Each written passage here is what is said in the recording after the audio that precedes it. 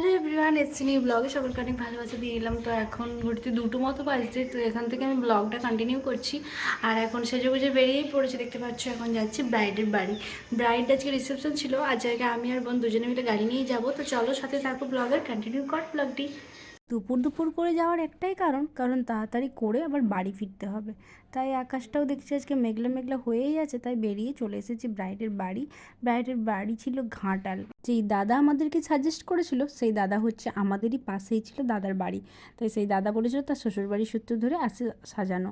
তো চলো, এই হচ্ছে ব্রাইডের বাড়িতে এসেছি। আমাদেরকে বসতে দিচ্ছে, মানে এই রুমের মধ্যে গিয়ে আমাদেরকে ভিতরে গিয়ে বসতে বলছে। তো চলো ভিতরে যাই। আচ্ছা, আমাদের খড়ালের বাড়ি শাশুড়ি মা। শাশুড়ি মা আমাদের পাশে এই হচ্ছে আজকের ব্রাইড। তুমি সবকিছু ছেড়ে দিয়েছো, যা যা সাজাবে সেরকমই হবে। হ্যাঁ, না তোমার কোনো পছন্দ নেই? কিরকম বলো? এই তো তোমার যেমন ভালো লাগে তেমন করবো।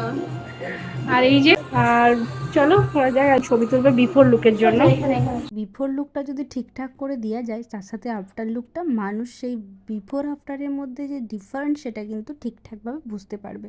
তো এখানে একজন ব্রাইডই ছিল, যেহেতু কাজ কিন্তু বিরাট কিছু চাপ ছিল না। আর একজন পার্টি মেকআপও আছে।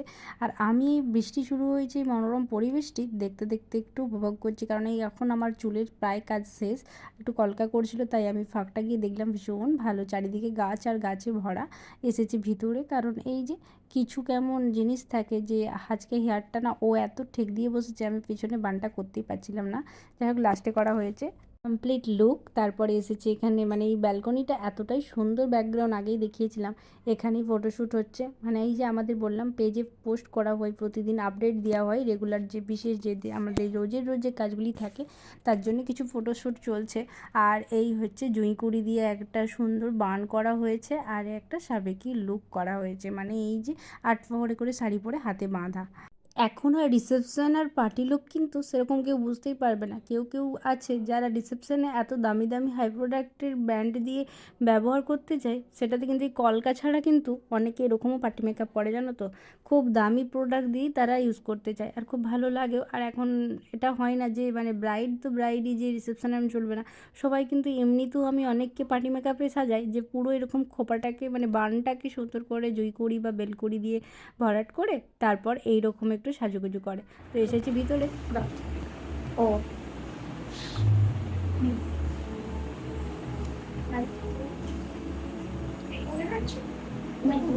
ঘষবে না, ও হান্ডি করে শুকিয়ে যাবে।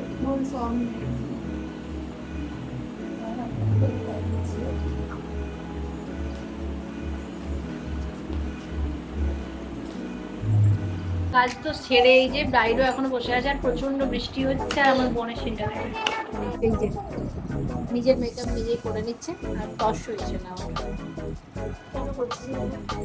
কারণ একটাই, ওর গিয়ে আবার বন্ধুর বিয়ে বাড়ি আছে, সেখানে যাবে। এখন হচ্ছে যে ঘুগনি নিচ্ছি আমরা, ঘুগনি দাও। আর এইখানে নিয়ে নিয়েছি চপ আর ঘুগনি। এবার চপটা তোমার এরকম এরকম হয়ে গেছে কেন? চপটা কাকু হচ্ছে খুব ভালো বানায়, আমরা প্রথম থেকে এসে খেয়ে যাই স্কুল লাইফ থেকে। যে আমরা যাবো বাড়ি, এই যে কেনাকাটা করেছি, আজকে হবে বিরিয়ানি। আর আর কি হবে আমি সেটা জানি না। আর সাথে সাথে ব্লগ তোমরাও দেখতে থাকো। আমার সাথে বেরিয়েছে এখন বোন, কালকে তুই বিয়ে বাড়িটা গেলি, লাস্ট আর ব্লগ কাল রাত্রে এত মারাত্মক বৃষ্টি হয়েছে, যার ফলে উজে আর সাজুগুজু করে বিয়ে বাড়ি অ্যাটেন্ড করতে গেল, সেটা তোমাদের সাথে শেয়ারই করা হলো না। যাই হোক, মিষ্টি দোকানে এসেছে এই কারণে, একটু দইয়ের দরকার। তো দই নিলাম, দুধের প্যাকেট নিলাম, নিয়ে বাড়ি ফিরেছি। এই যে সব কিছু কেনাকাটা করে নিয়ে চলে এসেছি। এরপর আমি চিকেনটাকে ভালো করে আগে ধুয়ে জল ঝরাতে দিই, তারপর ম্যারিনেট করব যা যা মশলা দিবার জন্য। বড় বড় লেগ পিসই নিয়ে আসতে বলেছিল আমাকে, যেহেতু বিরিয়ানি বানানো হবে তার পিস তো আর ছোটো করা যায় না। তাই বেশ দোকানদার ভালো মতো করেই বড় বড় পিস করে দিয়েছে, আর কোনো কাটাকাটির প্রয়োজন থাকবে না। এরপর এটাকে আমি ভালো করে ধুয়ে নেবো, তারপর জল ঝরাতে দেবো। ধুয়ে নিয়েছি, আর ফ্রেশ হওয়া পর্যন্ত ধুয়ে নিয়ে এটাকে আমি জল ঝরাতে দেবো। তারপর লবণ, হলুদের গুঁড়ো, লঙ্কার গুঁড়ো, বিরিয়ানি মশলা সব কিছু একটু পর মাংস থেকে জলটা ছেড়ে গেলে তারপর দেবো। আর এই যে নিয়ে চলে এসেছি, এখানে আছে ফুড কালার, বিরিয়ানি মশলা 2 পাতা, কেশর নিয়ে এসেছি 1 পাতা, ছোট্ট। তারপর এখানে আছে যে কেওড়া জল আছে, এগুলো আমার বাড়িতে আগে থেকেই ছিল, মিঠা আতর সব কিছু। ওই চালটাকে আগে কিছুক্ষণের জন্য ভাবলাম ভিজিয়েও রাখা যায়, ওই 750 মতো চাল নিয়েছিলাম। এই চালটাকে ভালো করে ভিজিয়ে রাখবো মিনিট 15-এর জন্য। আর মাংসটা ওখানে জল ঝরাতে দিয়েছি নুন দিয়ে, তারপর সব কিছু ম্যারিনেট করবো কিছুক্ষণ আগে। তো জলটা ঝরানো থাক। আলু নিয়ে আসবো, আলু দিয়ে বানাবো বিরিয়ানি। বড় বড় সাইজেরই আলু নিচ্ছি, কারণ এগ আর দেবো না, চিকেন বিরিয়ানিই বানানো হচ্ছে যেহেতু, শুধু আলু আর চিকেনই দেওয়া হবে। আর এখানে আদা রসুন পেঁয়াজগুলো মাখা। এখন হচ্ছে আমাদের ঘর গোছানো, দিদি হচ্ছে আমাদের ঘর গোছানো সব দায়িত্বে, মা দিদিকে সাহায্য করছে।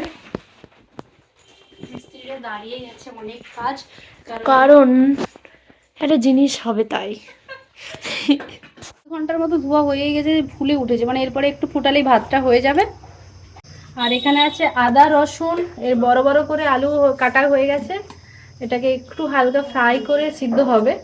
আর চলো ভাতটা বসানো যাক। আগে হাঁড়িতে বেশি করে জলটা দিয়ে গরম করতে দিলাম। বিরিয়ানি তো কম বেশি এখন সবাই জেনেই গিয়েছে, তবুও আমি দেখিয়ে দিয়েছি সব কিছু, মানে গোলমরিচ, এলাচ, লবঙ্গ, দারচিনি, তেজপাতা, নুন সব কিছু দেওয়ার পর ভেজানো চালগুলো দিয়ে দিলাম।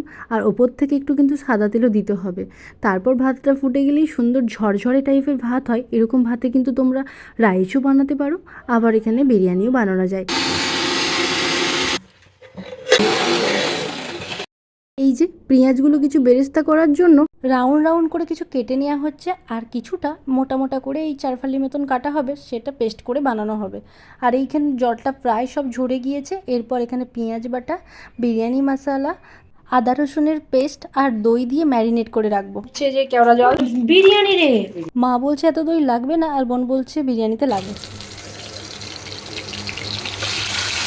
এই ম্যারিনেট করা চিকেনটাকে ভালো করে সাদা তেল আর অল্প ঘি দিয়ে ফ্রাই করতে থাকছে।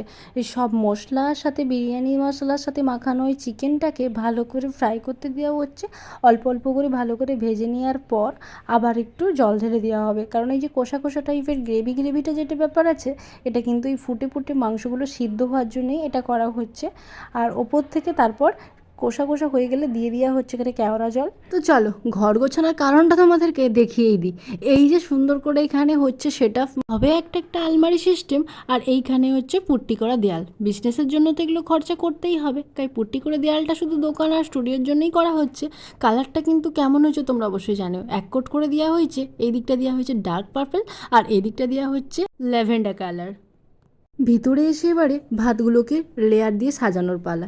নিচে থেকে একটু ঘি দিয়ে দিলাম, তারপর ওপর থেকে ভাত দিয়ে দিলাম, আর কেশরটাকে দুধের মধ্যে ভিজিয়ে রেখেছিলাম। আর এদিকে ফুড কালার, তারপর এখানে একটু মিঠা আতর সব কিছু দিয়েছি ঠিকই। চিকেনের কারিটা দিয়ে একটা লেয়ার করে উপর থেকে বেরেস্তা দিয়ে, এই যে কেশর জাফরান দিয়ে তার মধ্যে দিয়ে দিলাম ফুড কালার একটু, তার মধ্যে বিরিয়ানি মশলা আর আলু একটু গেঁথে গেঁথে দেওয়ার পর, তারপর চিকেন আর একটু গ্রেভি দিয়ে ওপর থেকে আবার একটা লেয়ার তৈরি করছি। এরম করে করে প্রায় 4টি মতো লেয়ার পড়েছিল, ওই 750 চালের ভাতের জন্য দেওয়া হয়েছিল।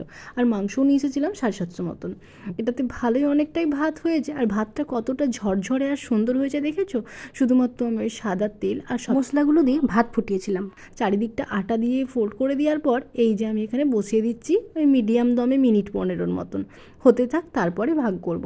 তো সবাই মিলে ভাগ করে নিয়েছি। বিরিয়ানিটা অসাধারণ খেতে হয়েছে, তোমরাও কিন্তু বাড়িতে এইভাবে বানিয়ে খেতে পারো। চলো খেতে খেতে তাহলে ব্লগটা এখানেই শেষ করছি, দেখা হবে পরের দিনের নতুন আবার একটি ব্লগে।